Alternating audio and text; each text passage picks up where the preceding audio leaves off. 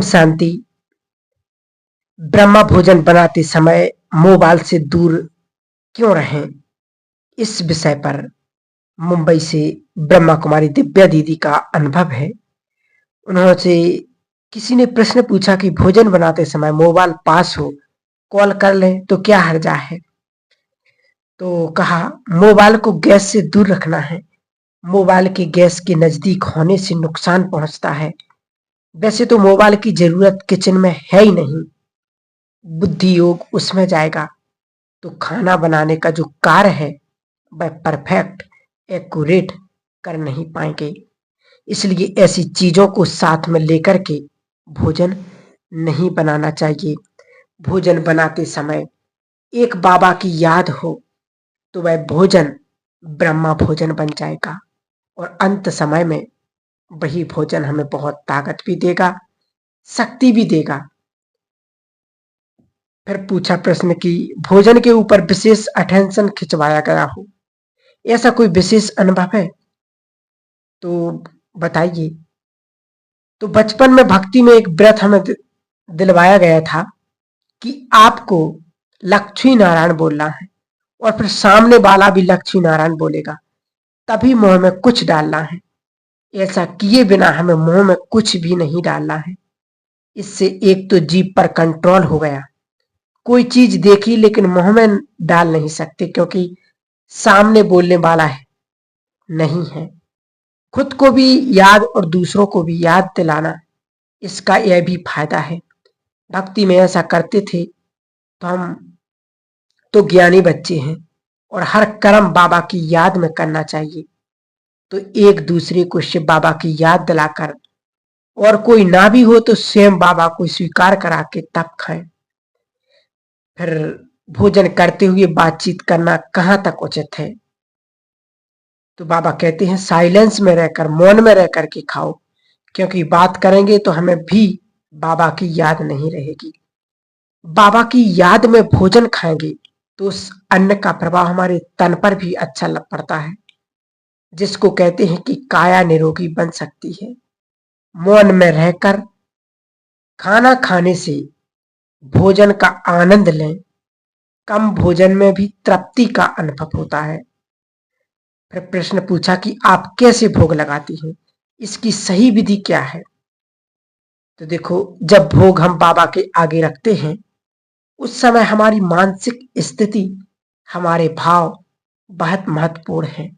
देने वाला दाता, हम ईश्वर को ही कहते हैं ना कि सब कुछ उसकी वजह से आज हमारे पास है। पहले उनका रिस्पेक्ट रखना चाहिए, जरूरी है।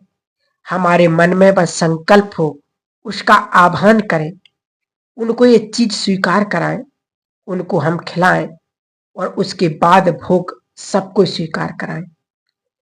बाबा का भोग खाने के बाद किसी में कुछ परिवर्तन हुआ हो, ऐसा कोई अनुभव है तो सुनाइए। तो बाबा के घर का मैंने जल पिया, मैंने भोग खाया तो मेरी बीमारी ठीक हुई या मेरी सोच में बदलाव आया, ऐसे परिवर्तन वे अपने आप में फील करते हैं। तो बाबा का भोजन खाने से तो अनेक सारी बीमारियां समाप्त भी होती हैं और खत्म भी होती हैं। इसलिए बाबा कहते कि अंत समय में भगवान भोजन और दाल रोटी उन्हीं के लिए देगा जो बाबा को इस समय संगम युग पर बाबा की सेवा करते हैं, बाबा को भोग लगाते, बाबा को भोजन कराते हैं। तो कृष्ण किसी ने प्रश्न पूछा कि आप हृदय पुष्पा दादी के साथ रहे, ब्रह्मा भोजन के बारे में दादी जी ने आपको क्या सिखाया। तो उत्तर था दीदी का, ब्रह्मा भोजन के लिए दादी सदैव सजग रहती थी कि जब भी भोजन बनाते हो तो एक तो साइलेंस रखो, आपस में बातें नहीं करो। दूसरा, दादी ने एक बार मम्मा की बात हम लोगों को सुनाई। एक दिन बाबा ने मम्मा को कहा, मम्मा आज आप भोजन बनाएंगे तो बाबा को भोजन स्वीकार करेगा। मम्मा ने कहा जी बाबा, और मम्मा अकेले किचन में गई। सब कुछ करने के बाद ही किचन का दरवाजा खुला। इतनी गहन शांति में मम्मा ने भोग बनाया था। बाबा ने बहुत प्यार से भोग स्वीकार किया। हमारे दिल में बाबा के प्रति जितना प्यार है, उस प्यार से बना भोजन ताकत वाला होता है, जो आत्माओं की स्थिति को बदल देता है। यह है ब्रह्मा भोजन का महत्व। क्योंकि उस ब्रह्मा भोजन को जब फिर हमारे परिवार वाले बाबा के बच्चे खाएंगे, तो उनके जीवन में बहुत बड़ा परिवर्तन हो जाएगा। इसलिए बाबा को भोग लगा करके ही खाएं। बाबा का भोग बनाने और भोग लगाने और खाने की वास्तविक विधि क्या है? तो आंसर बताया, बाबा को भोग लगाने के बाद जब हम लोग भोजन लेते, उसमें कोई आसक्ति नहीं होनी चाहिए। यदि कोई कहता था हमारे बेटे के लिए भोग लगाओ, ये चीजें बनाओ, तो दादी कहती थी हम नहीं बनाएंगे। जो बाबा को पसंद है वही भोग लगाएंगे। आपके बेटे की पसंद आप उसे घर में बना करके खिलाओ। इधर बाबा को जो पसंद है वही बनेगा। बेटे की पसंदी के अनुसार करेंगे तो बाबा स्वीकार नहीं करेगा। बाबा बोलेगा ये आत्मा के लिए बना है, तो स्वीकार नहीं होगा। कोई कहता था आज हमारा भोग जलेबी रखो, दादी कहती थी मैं नहीं रखूंगी, तेरी पसंदी है ना, तुमने तो पहले ही झूठा कर दिया है। भोग लगवाने वाले की अपनी कोई रुचि ना हो। दादी कहती थी जब भोग बनता है तो कोई किचन में नहीं आए, हाथ नहीं लगाए, क्योंकि बुद्धि चाहती है कि अच्छा बन रहा, ये हो रहा, भोग बाबा के लिए बन रहा, इसलिए कोई मन से भी स्वीकार ना करे। दादी कहती थी खाते टाइम भी कोई यदि आसक्ति में आ गया तो फिर ताकत नहीं मिलेगी, परंतु जब आप याद में रह करके खाओगे तो वह भोजन दवा और दुआ दोनों काम करेगा। फिर पूछा दीदी से कि दादी से कि भोग लगाते समय आप क्या संकल्प लेते हो या कौन सा भाव निर्माण करते हो? तो दादी कहते थे भोग लेके हम बाबा के पास जाते हैं, फिर बाबा को खिलाते। दादी जो करते थे हम लोग वही करते थे। दादी का तो थोड़ा ट्रांस का भी पार्ट था। एक बार एक बहन ने भोग की थाली रखी, दादी भोग लेके गए तो वहां एक सांप जैसा भोग की थाली में निकलता हुआ दिखाई दिया। तो दादी बोली बाबा ये थाली से सांप क्यों आ रहा है? बाबा ने बोला बच्ची जाके देखो। दादी ने आंखें खोली और क्लास के बीच में ही खोला। भोग खोला तो बाल था भोग में। बहनों को बोला ये सारा भोग निकालो और नया भोग बना करके ले आओ। दूसरी घटना है, हमने केसरी भात बनाया। जब दादी बाबा के पास लेके गई तो बाबा बोला बच्ची देखा तुमने क्या बनाया, जाके देखो इसमें क्या है, क्या डाला।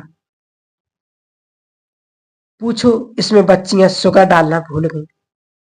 फिर दादी नीचे आई, भोग का डिब्बा खुलवाया, टेस्ट किया तो उसमें चीनी डाली ही नहीं थी। फिर डालकर बाबा के पास लेकर के दादी ने हम लोगों के लिए नियम बनाया कि बाबा के लिए जब भोग रखते हो तो अनासक्त भाव से थोड़ा टेस्ट जरूर करें कि सब कुछ ठीक है, कुछ भूले तो नहीं। इतना विधिवत, इतनी शुद्धता से भोग रखना है, तब बाबा स्वीकार करते हैं। आपने सेंटर का शुद्ध भोजन के प्रोजेक्ट पर जो रिसर्च किया उसके क्या परिणाम सामने आए? तो देखो बेंगलोर में शुद्ध आहार का प्रभाव एक प्रोडक्ट लिया गया था। इस प्रोडक्ट पर 50 बहनें माताएं और सेंटर की बहनों ने कार्य किया। उन्होंने इस प्रकार संकल्प किए कि बाबा मैं आपके लिए बना रही हूं, बाबा आप आ जाइए, आपकी पवित्रता की शक्ति और दुआएं इसमें भर जाएं, जिससे भोग खाने वाले आत्मा शुद्ध होकर आपकी बन जाए। अगर किसी को कुछ शरीर की व्याधि हो वह भी ठीक हो जाए। इतने प्यार से बना हुआ और भोग लगा हुआ भोजन जब घरों में खिलाया जाए तो घर वालों में 15 दिन में बहुत सारे परिवर्तन आ गए। जो ज्ञान के विरुद्ध थे सहयोगी बन गए। कैंसर के मरीजों और अन्य बीमारियों वालों के हेल्थ में बहुत बड़ा फर्क आया। कईयों की तो बीमारियां पूरी ठीक होने तक आ गई। उनके संस्कारों में बदलाव आ गया। तो ब्रह्मा भोजन अर्थात बाबा की याद में बनाए हुए भोजन का परिणाम। ऐसी कौन सी धारणा अपना जिससे स्वाभाविक हमारी स्थिति अच्छी हो जाए? तो उत्तर, मुख्य बात है हम बाबा को याद करके खाएं। बाबा आप खिला रहे, हम खा रहे, ये आपका प्रसाद है, ये दुआ भी है तो दवा भी है। उस प्यार से, उस याद में हम आत्मा होकर खाएं तो ताकत आती है। इससे सारा दिन मन शांत रहेगा, शुद्ध संकल्पों में और बाबा की याद में सहज रहेंगे। थोड़ी भी स्थिति नीचे ऊपर नहीं होगी। जब दादी का बनाया हुआ भोजन लोग खाते थे तो स्थिति योगयुक्त होती थी, हम लोग उड़ते थे। ये भोजन का असर हमने देखा।